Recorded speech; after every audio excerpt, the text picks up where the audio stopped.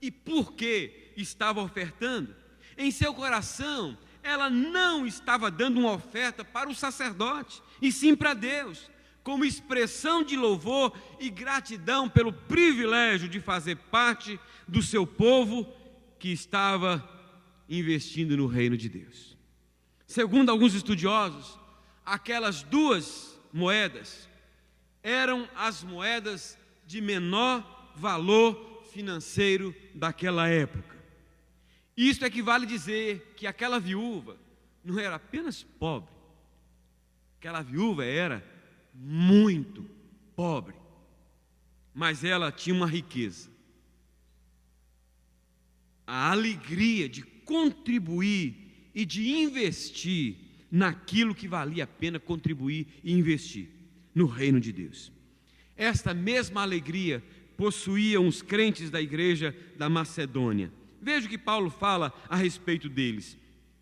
Às vezes eu fico pensando, será que Paulo diria isso de mim também, quando eu trago no altar a minha oferta, ou quando eu me disponho a ajudar alguém, ou fazer alguma coisa, apesar das minhas limitações financeiras?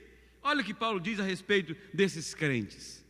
Também, irmãos, Paulo falando para os crentes de Corinto, vos fazemos conhecer a graça de Deus concedida às igrejas da Macedônia, porque no meio de muita prova de tribulação, manifestaram abundância de alegria, e a profunda pobreza deles superabundou em grande riqueza da sua generosidade, porque eles, testemunho eu, na medida de suas posses, e mesmo acima delas, se mostraram voluntários, pedindo-nos com muitos rogos a graça de participarem da assistência aos santos, e não somente fizeram como nós esperávamos, mas também deram a si mesmos, primeiro ao Senhor, depois a nós, pela vontade de Deus. Que coisa linda a maneira como esses crentes fizeram, né? E o fazem com alegria. Eram crentes desprovidos de recursos financeiros, mas os pouco que eles tinham, eles colocavam a serviço do Senhor, servindo as pessoas, investindo na obra. Aliás, irmãos, Paulo aqui, me permita dizer, Paulo aqui leva, desculpa a expressão, um carão. Paulo aqui, eu imagino que se Paulo pudesse dizer qual foi um dos momentos do seu ministério em que ele ficou um pouco assim, envergonhado, da longa caminhada dele, ele diria, eu fiquei envergonhado, ele diria assim, isso é pensamento meu, foi naquele momento em que eu não pedi os crentes da Macedônia para ajudarem, porque eu achava que eles eram tão pobres, eu achava que eles já sofriam tanto com a falta dos recursos, que eu resolvi não pedir a eles para se envolver no grupo daquelas pessoas que deveriam contribuir. Mas eles me ensinaram a lição, ia continuar dizendo Paulo, porque eles chegam para mim com muitos rogos. Irmãos, não foi um pedido não, foi uma súplica insistente. Paulo, você não pode me impedir de contribuir para ajudar aqueles irmãos. Que coisa linda, queridos. Como está faltando isso no coração de muitos de nós hoje. Essa alegria de investir no reino de Deus, essa alegria de investir nas pessoas. Eu sei que há muita igreja e há muitos pastores mercenários aí, mas não tira de nós a responsabilidade de fazermos de forma séria, entendeu? Amados, ainda que dando menos para Jesus, aquela viúva deu mais, porque além de dar o que lhe valia muito, ela deu com alegria, com prazer, por saber que estava sobretudo ofertando a Deus. E você, meu irmão, em que tem investido com tanto prazer? Em que você tem investido com tanto prazer? Lembre-se, a maior riqueza que Deus tinha, Ele deu para nós, que foi o seu Filho.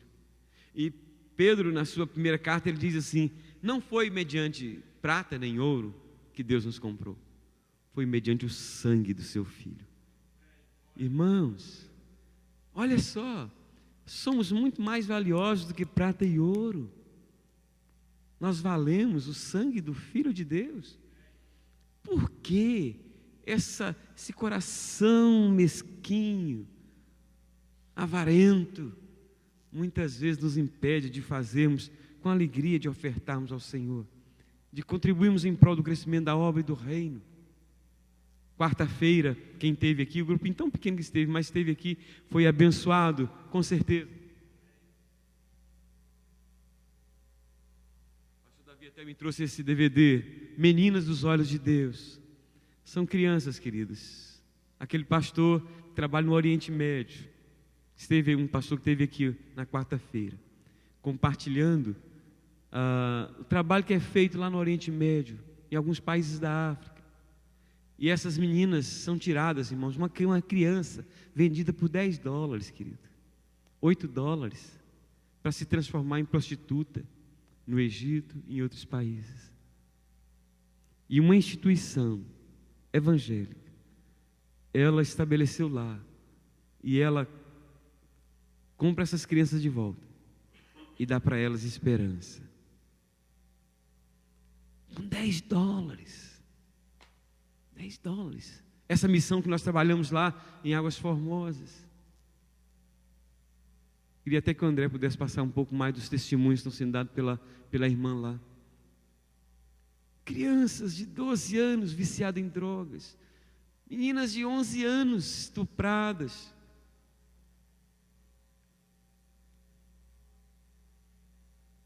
Mas um trabalho está sendo feito para resgatar a dignidade dessas crianças. Agora nós vamos estar participando, ainda que em oração e em contribuição também, naquele pastor que esteve aqui, que trabalha entre os índios, levando os índios para um congresso lá na selva, para que eles possam alcançar os outros. Quanta coisa precisa ser feita, amados. Quanta coisa precisa ser feita. E nós muitas vezes estamos confortáveis em nossas casas, não é? Um dia, irmãos, Deus vai pedir contas de nós, com certeza. Não tenha dúvida. Não tenha dúvida. Um dia Deus vai nos pedir contas. Porque se Deus tem nos dado, querido, esses privilégios, nunca Deus nos dá alguma coisa para o nosso bel prazer somente. Deus sempre nos dá algo para podermos dividir, compartilhar com outros que não possuem. Não seja, meu amado, avarento. Não seja alguém que serve a Mamon, o Deus dinheiro.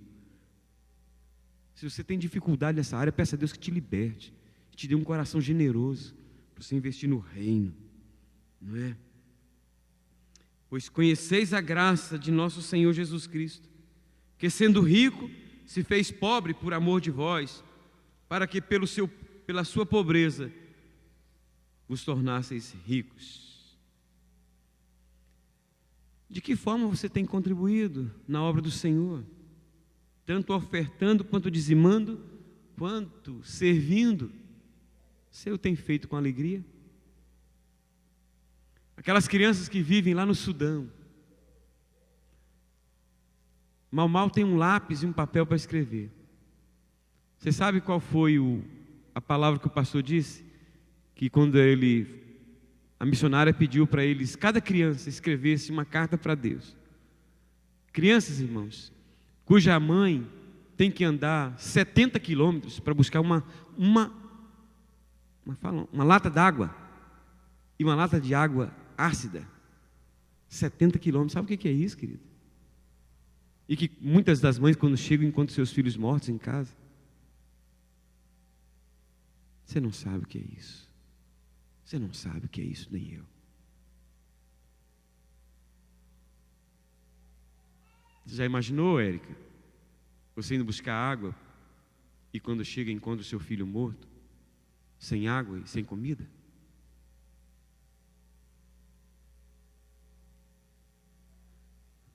Sabe, nessa carta que ele pediu para que as crianças escrevessem para Deus, sabe qual foi a palavra comum em todas as cartas?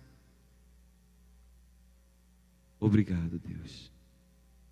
Irmãos, que coisa. Obrigado. Quando menos vale mais. Quando o que dá o faz com fidelidade. Quando o que dá, o faz com fidelidade.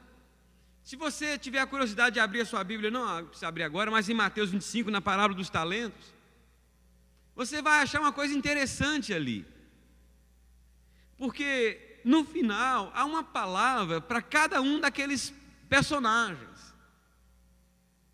E a palavra para 2 dos 3 personagens é a seguinte: muito bem, servo bom e fiel. Foste fiel no pouco, sobre o muito te colocarei. Mas veja que Deus não fala muito bem, servo bom e fiel, porque ele ganhou muitos outros talentos com o talento que havia recebido, mas porque foi fiel. Deus não está preocupado com a quantidade, Deus está preocupado com a sua fidelidade. Embora uma parte da igreja hoje esteja corrompida e tenha transformado o Evangelho do Senhor Jesus numa mercadoria lucrativa, contudo, desde o começo dos tempos, o princípio estabelecido por Deus em sua palavra é o princípio da fidelidade e não da quantidade. Um pastor que eu gosto de ouvir lá em São Paulo, Ed René Kivitz, ele falando um pouco sobre esse assunto, ele diz que essas pessoas que estão negociando com o Evangelho, elas estão ficando mais ricas do que os traficantes de cocaína.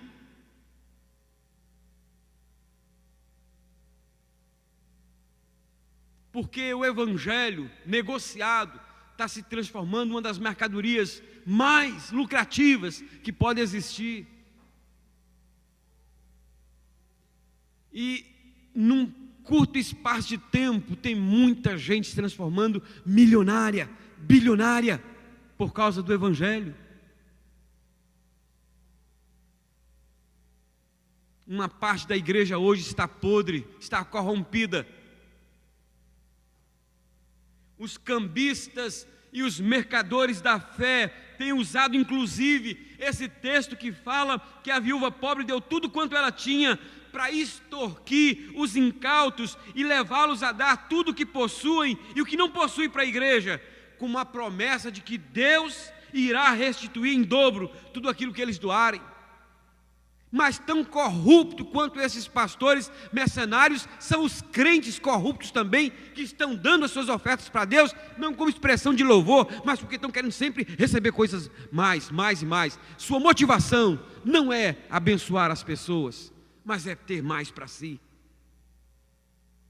Deus olha o que está no seu coração, querido, a motivação da sua alma. E ser próspero não é a autenticidade de que Deus está te abençoando, porque tem muito traficante podre de rico aí, muito político arquimilionário, muita gente desonesta nadando em dinheiro. Ser próspero não significa dizer que Deus está pondo a sua bênção. Há outras formas de se enriquecer também, inclusive de forma ilícita, inclusive barganhando o Evangelho. A interpretação desse texto por esses pregadores se constitui, queridos, num estupro, numa violência. A hermenêutica, que é o princípio de interpretação de um texto. Porque não há nenhuma sugestão aqui na Bíblia de que Deus tem esse compromisso de repor multiplicadamente o que assim o faz. Porque você já deve ter ouvido alguma pregação em que diz que você tem que usar a sua fé, trazer tudo que tem, que Deus vai te dar, como fez aquela viúva pobre. Agora eu te pergunto, em algum momento da sua leitura da Bíblia, você encontrou algum sacerdote, algum profeta, ou o próprio Jesus, ou um dos apóstolos, instigando o povo para contribuir? Pelo contrário, fala que Jesus estava simplesmente sentado. E na liturgia, como na nossa liturgia, tem um período para que as pessoas tragam a oferta no altar. Não houve nenhuma indução a ninguém. Ninguém foi seduzido com propostas mirabolantes de que Deus iria multiplicá-los, não. Foi uma atitude espontânea daquela viúva de fazer isso. Tanto é que você não vai encontrar na Bíblia Deus estimulando você a fazer isso. Quando você encontra no livro de Atos, Safira e Ananias, ou Ananias e Safira, que traz uma grande soma da sua propriedade e deposita, eles são mortos, porque não entregaram tudo. Mas sabe por quê? Não é porque eles não entregaram tudo não, queridos. É porque a motivação do coração deles era errada. Eles viram Barnabé fazendo isso, e eles disseram: Barnabé se transformou numa pessoa importante da igreja, uma pessoa reconhecida na igreja como um líder, eu também vou fazer isso. Então a motivação, só que Barnabé fez pensando em abençoar os pobres da igreja que estavam perdendo suas coisas, por causa do evangelho. Então ele falou: olha, eu tenho uma propriedade, vou vender para ajudar. E Ananias e Safira propõem no coração em fazer o mesmo. Só que quando eles pegam o dinheiro, eles fazem igual alguns fazem no final do mês, ou da semana, ou da quinzena. Quando eles venderam, eles viram que era muito dinheiro. Ah, mas eu vou tirar um pouco desse aqui.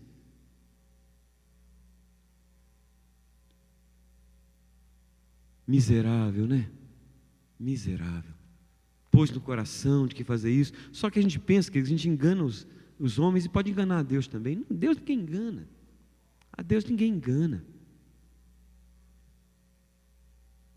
Você se lembra quando você chegou aqui? Você se lembra das suas dificuldades, das suas lutas? Ou quando estava no Brasil, quem sabe? Mas você se lembra que mesmo na sua dificuldade, você era leal e era fiel a Deus? No pouco que você ganhava? E aí começou a ganhar muito, né? Aí chega no final do mês e diz: poxa vida, com esse dízimo aqui dá para pagar a mensalidade do carro, dá para pagar o aluguel, dá para pagar até um mortgage. É muito. Lembre-se, você serve ao mesmo Deus que Ananias e Safira serviram. Cuidado. Cuidado, queridos. O compromisso de Deus é com aquele que é fiel, e mesmo assim, não há uma declaração formal dele de que ele tem esta obrigação de nos dar em dobro tudo o que ofertamos, porque as nossas ofertas devem ser motivadas por nossa gratidão e os nossos dízimos pela nossa fidelidade. Ouça com atenção o que eu vou lhe dizer agora.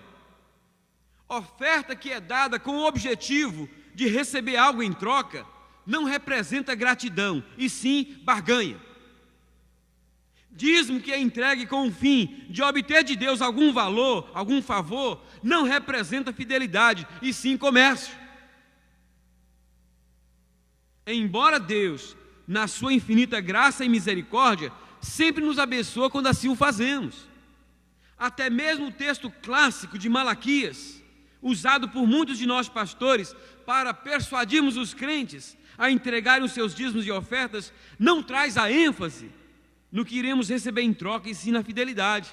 Embora ele diz que ele abre as portas e ele abençoa, não é? Não é assim mesmo que ele diz? Vou ler para você.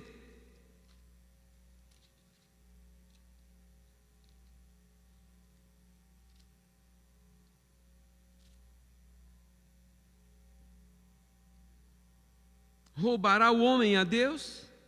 Todavia vós me roubais e dizeis: em que te roubamos? Nos dízimos e nas ofertas. Com maldição sois amaldiçoados, porque a mim me roubais, vós, a nação toda. Trazei todos os dízimos à casa do tesouro, para que haja mantimento na minha casa. E provai-me nisso, diz o Senhor dos Exércitos, se eu não vos abrir as janelas do céu, e não derramar sobre vós bênção sem medida. Por vossa causa repreenderei o devorador, para que não vos consuma o fruto da terra. A vossa vide no campo não será estéril, diz o Senhor dos Exércitos. Todas as nações vos chamarão felizes, porque vós sereis uma terra deleitosa. Às vezes, amados, o dízimo ou a oferta que uma determinada pessoa entrega no altar equivale a dezenas e até centenas de vezes mais do que aquele que recebe um pequeno salário mensal. Mas diante de Deus, esta contribuição grande que é dada vale menos do que aquela contribuição que aquele assalariado deu. Porque muitas vezes a oferta daquele assalariado representa fidelidade. E a oferta grande não representa fidelidade. Pode trazer benefícios terrenos aqui, inclusive para a igreja local. Mas espiritualmente falando, você não está tendo a aprovação de Deus nisto. Quando não somos fiéis a Deus nos dízimos e nas ofertas, nós não estamos apenas roubando a Deus.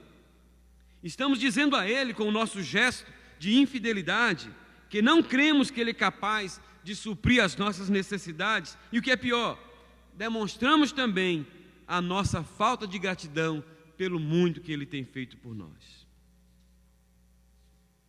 Quando os exilados de Israel voltaram da Babilônia, depois de 70, quase 75 anos, aconteceu uma coisa interessante. Eles voltam, os irmãos estão lembrados da história, voltam liderados por Neemias, antes porém liderado por Esdras, e vão voltando umas pequenas levas para Jerusalém. Eles encontram a cidade destruída, mas no caminho eles começam a celebrar, começam a louvar ao Senhor, porque Deus cumpriu a sua palavra de trazê-los de volta. E o povo, os povos no meio desse caminho da Babilônia até Israel, começa a dizer: grandes coisas o Senhor tem feito por eles. E o povo está cantando, está dançando, está celebrando, está celebrando, está celebrando. E aí o povo fala: com efeito, grandes coisas fez o Senhor por nós, por isso nós estamos alegres. Aí quando chegam em Jerusalém, eles se deparam com aquela realidade: as casas destruídas, o templo destruído. E eles começam um processo de construção. Esdras entende que a primeira coisa a ser reparada era a casa do Senhor. E inicia esse processo de restauração. Vem Neemias e restaura os muros. E começa a restaurar as casas também. Agora ouça o que vai acontecer. Não passa muito tempo, queridos. Cada um, até aquele momento eles estão sendo fiéis a Deus. Eles estão contribuindo. Não só financeiramente, mas eles estão participando no processo de reconstrução do templo e da casa do Senhor. Aí, depois de algum tempo, ouça o que acontece. Vou ler o texto para você, uma parte pelo menos. Assim fala o Senhor dos Exércitos: este povo diz: não veio ainda o tempo em que a casa do Senhor deve ser edificada. Veio, pois, a palavra do Senhor por intermédio do profeta Ageu, dizendo: acaso é tempo de habitardes vós em casas apaineladas, enquanto esta casa permanece em ruínas? Ora, assim diz o Senhor dos Exércitos: considerai o vosso passado. Tendes semeado muito e recolhido pouco. Comeis, mas não chega para fartar-vos. Bebeis, mas não dá para saciar-vos. Vestivos, mas ninguém se aquece. E o que recebe salário, recebe-o para pô-lo num saquetel furado. Assim diz o Senhor dos Exércitos: considerai o vosso passado. Subi ao monte, trazei madeira e edificai a casa. Dela me agradarei e serei glorificado, diz o Senhor. Esperastes o muito, e eis que veio a ser pouco. E esse pouco, quando o trouxestes para casa, eu com um assopro o dissipei. Por quê? Diz o Senhor dos Exércitos: por causa da minha casa, que permanece em ruínas, ao passo que cada um de vós corre por causa da sua própria casa. Por isso, o céu sobre vós retém o seu orvalho e a terra os seus frutos. Fiz vir a seca sobre a terra e sobre os montes, sobre o cereal, sobre o vinho, sobre o azeite e sobre toda a terra, como também sobre os homens, sobre os animais e sobre todo o trabalho das mãos. Queridos, o povo começa na sua luta, na sua dificuldade, sendo leal ao Senhor, sendo fiel ao Senhor. Daqui a pouco Deus vai eliminando os seus inimigos, e eles vão tendo um pouco mais de liberdade. Eles vão obtendo um pouco mais de renda, um pouco mais de recurso. Aí o que eles começam a fazer? eles começam a deixar a casa de Deus de lado. E cada um começa, casa apainelada, não é que fazia uma oca, não. Né? Casa apainelada é no sentido de casa mais moderna, como você está fazendo aí, esses desenhos aí, né? Essas estruturas, cada um querendo embelezar mais a sua casa, cada um querendo colocar mais enfeite, ornamentar mais a sua casa, fazer a sua casa de uma maneira mais bonita. Deus não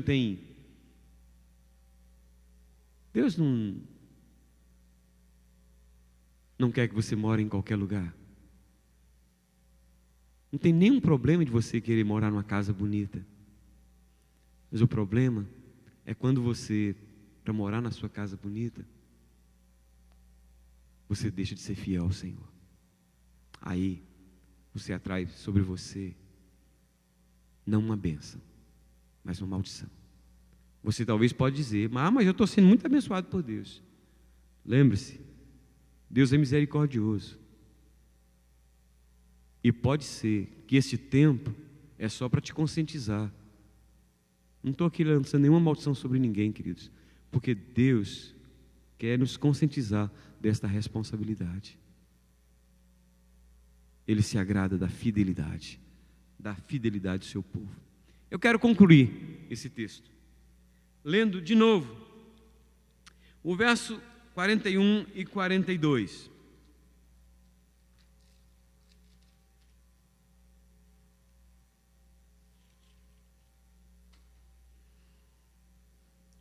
Assentado diante do gasofilácio, observava Jesus como o povo lançava ali o dinheiro. Ora, muitos ricos depositavam grandes quantias. Vindo, porém, uma viúva pobre, depositou 2 pequenas moedas, correspondentes a 1 quadrante. E chamando os seus discípulos, disse-lhes: em verdade vos digo, que esta viúva pobre depositou no gasofilácio mais do que o fizeram todos os ofertantes, porque todos eles ofertaram do que lhe sobrava. Ela, porém, da sua pobreza, deu tudo quanto possuía, todo o seu sustento. Permita-me lhe fazer a última pergunta da noite. Se Jesus estivesse assentado aqui, numa cadeira, em frente a este gasofilácio, observando a forma como nós lançamos no gasofilácio as nossas ofertas e os nossos dízimos, o que ele diria de nós? O que ele diria de mim? O que ele diria de você? Qual a qualidade daquilo que você tem dedicado e ofertado a Deus? É o resto? É o que não te faz falta? É que não representa nenhum sacrifício para você? Ou é o melhor que você pode dar, ainda que seja pouco? Curve a sua fronte por um tempo. Gostaria que você apagasse essas luzes, por favor, daqui.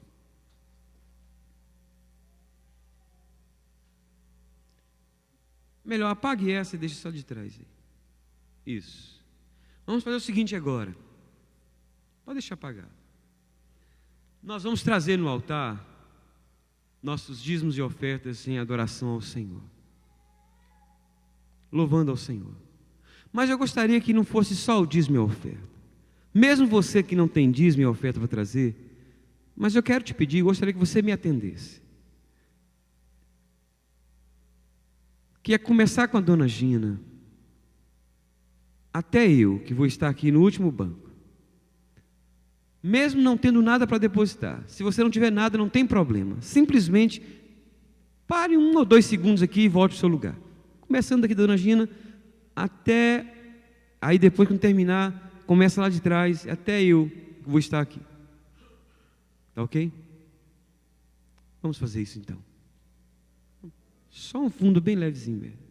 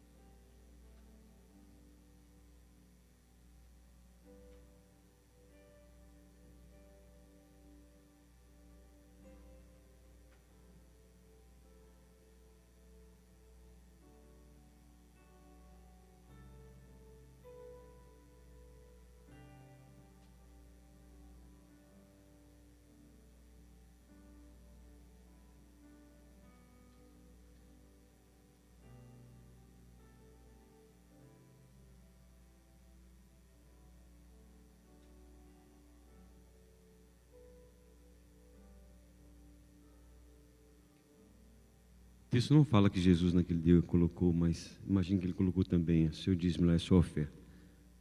Jesus aqui colocou, né? Mas, como Jesus assentou na cadeira para observar, seja certo que Ele tem nos observado também. Não tenha dúvida. Ele tem observado o que você tem dado para Ele. A pergunta é, você quer se tratar do mesmo jeito? Você gostaria que eu te desse a sobra, o resto? Que não te faz falta? Como você tem feito comigo? A partir de hoje, querido, põe no seu coração e procurar fazer o melhor para o Senhor. Não é só no que diz respeito à contribuição financeira, não. Melhor do seu tempo, melhor dos seus dons, melhor da sua dedicação. Experimente fazer isso. Vamos ficar de pé.